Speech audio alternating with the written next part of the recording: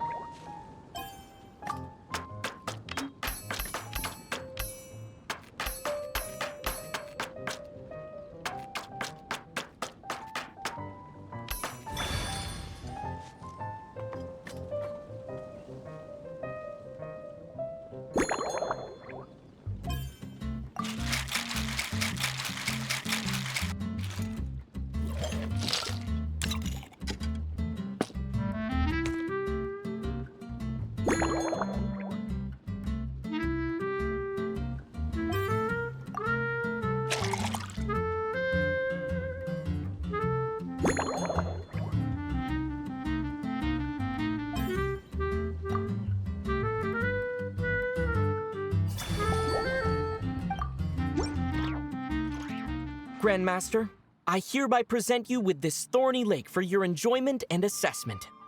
Well, the color and aroma are certainly on point. But as for the balance of flavors, I'll just have to taste it and find out.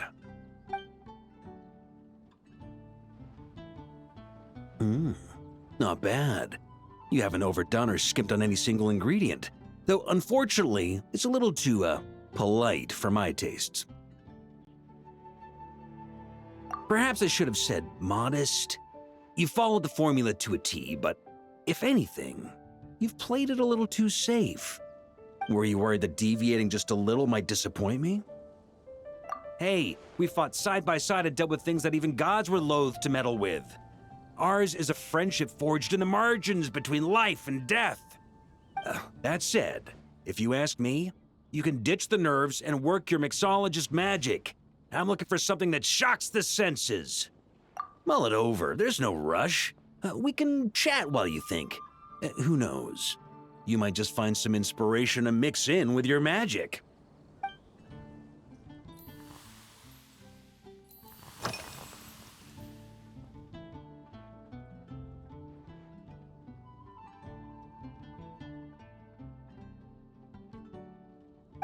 Ha!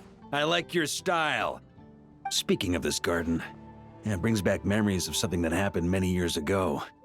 When I was young, I liked to find ruined guards to test my fighting skills, both armed and unarmed. Once, I failed to take down a stray missile, and it ended up destroying a watchtower on the city walls. As punishment, I had to run 50 laps around the city, repair the watchtower, and help rebuild the shattered walls in this garden. Indeed, among the misadventures of my youth, this is one of the most memorable ones. Mostly because that day, Krepus saw me covered in dirt. He took 2 bottles of 100-year-old wine and sent D-Luke, who looked even younger than Mika does today, to work out a clever way to get rid of Faru, who was guarding me. It was so hot that day, I could swear I was about to pass out. On a whim, I picked some mint leaves, put them in one of the wine bottles, and the result turned out to be surprisingly tasty. After Krepus tried it too, he was full of praise. He even wrote up an official recipe for my spontaneous creation. His customers loved it. Several summers passed, and Krepus kept writing letters about giving me a share of the profits, as though I could possibly accept. Yes, Good old Crepus. Faru retired years ago, but he still gives me a stern stare every time we meet. He's a stubborn one. Diluc, who replaced him, and then Kaya, who took over later, both performed impeccably. Changing times will always belong to the youth. He should have admitted defeat long ago. When I get the chance, I'll have Kaya show him the amazing progress the cavalry company has made.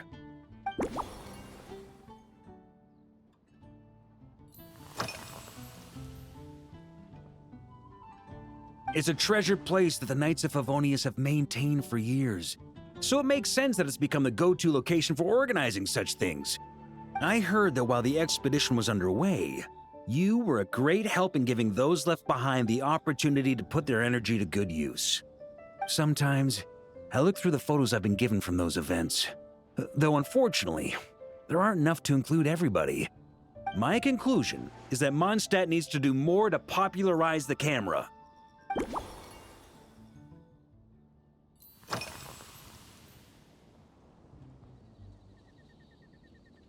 Well, let me think.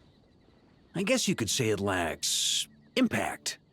Even when following the same recipe, the techniques used to mix different ingredients can affect the taste. Sometimes, deliberately creating layers between spirits can bring out the different waves as each one hits the taste buds in sequence. In this regard, too, you've taken quite a tentative approach. Why not be a little bolder? Ha ha ha. You catch on quickly. No need to explain further.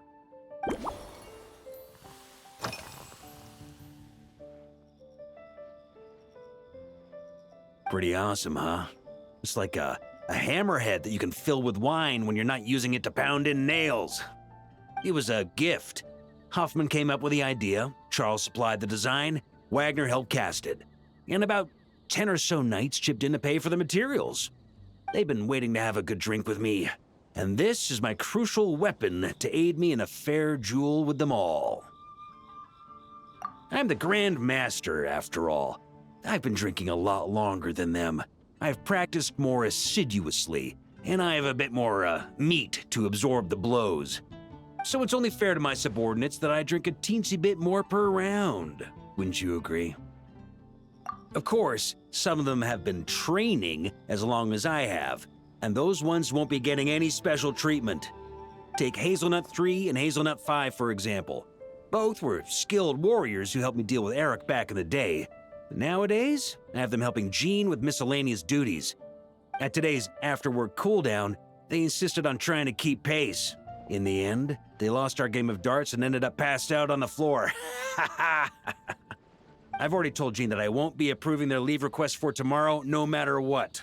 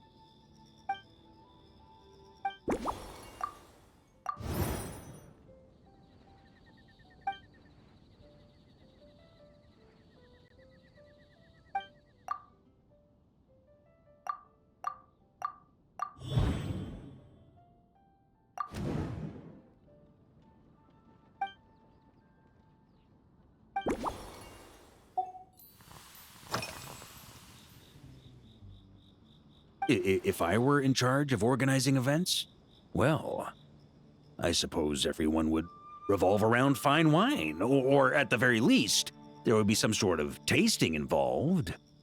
For example, we could go all in on this drink stand and open it to the whole city, with every company of the Knights selecting one or more mixologists to compete against each other. It's only a thought. Can't let things get too out of hand. If I were to actually throw a grand banquet, Jean would come after me with her sword drawn. Even Frederica would launch a punitive expedition. While in Nodcry, we had a rule that knights must never get drunk while at their posts. Otherwise, it could lead to dereliction of duty with serious consequences. Exactly. As expedition members return to their companies, my hope is that this rule will gradually spread to everyone in Mondstadt too. Just like firewater and Smedina, these non-cry delicacies have made their way into Mondstadt's households and become part of people's daily lives. Young people need to learn restraint. At the end of the day, no one should be biting off more than they can chew. Unless it's someone near my level, they shouldn't even be thinking about enjoying a light buzz when they've still got work to do. Most people would just end up a whole lot drunker than they'd like. You should come practice with me on weekends. Trust me, once I've drunk them under the table, they'll be swearing off wine for a whole week.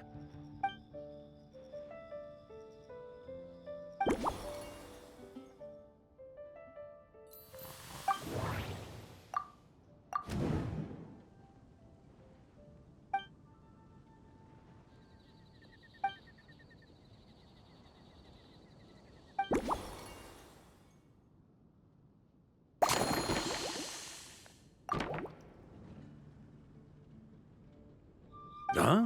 Oh, feel free. Whatever you're about to do, I've got a feeling I've hit the jackpot.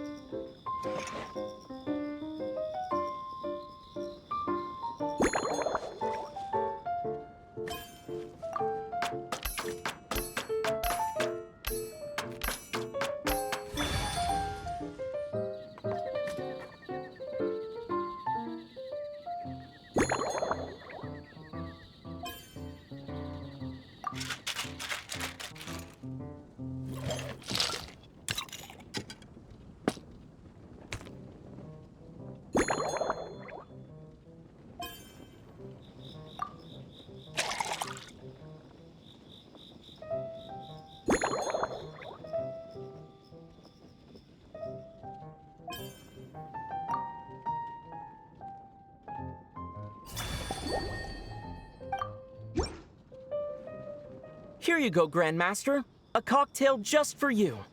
I guarantee you won't find this one too polite. Such a spirited drink. How did you make this? Well, that burning scent of firewater. Oh, it's as if the very air were about to ignite. This is more like it.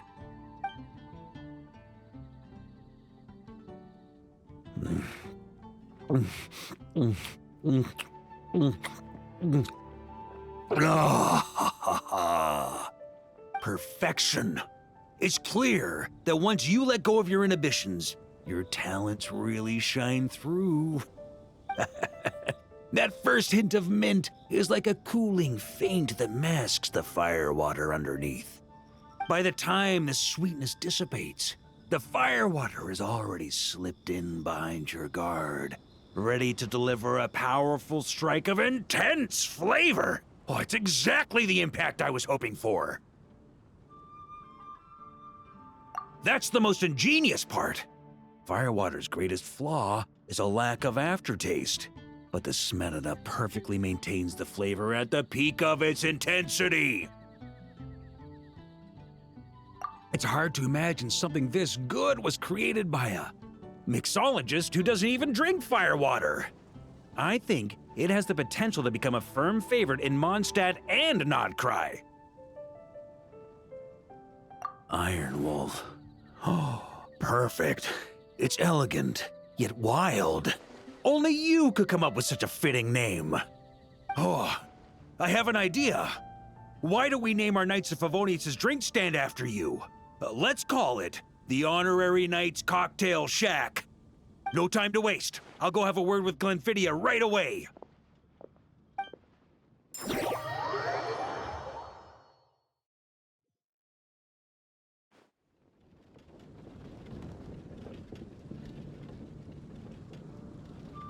Traveler.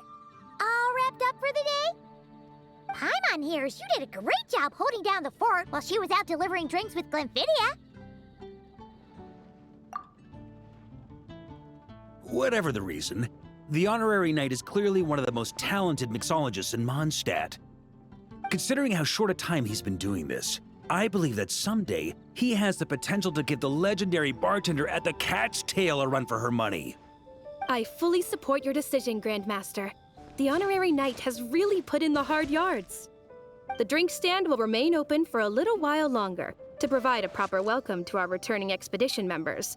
Then, once we locate suitable premises, we also plan to look at operating a permanent service. Hooray! Everyone in the Knights of Favonius will get to drink all the delicious cocktails they like! Nothing short of what I'd expect from a true disciple of Hertha. You've really considered this thoroughly, Glenfidia. Also, if I may, honorary knight, regarding the special cocktails you've developed, would you mind leaving the recipes with us? We'd like to add them to the official menu. Paimon feels like there's something you still want to say. Let Paimon have a guess. Based on your personality, you probably want to introduce the origin of each different cocktail. That way, customers will know who inspired you to create these amazing drinks. No problem at all. If you need, I can even have someone draft the paperwork on your behalf to secure you the rights to these new recipes. I hope when we recruit some new bartenders, they'll be able to learn from your incredible skills. Even if they can't quite match your work, if they could be 2/3 as good, that would still make them industry leaders.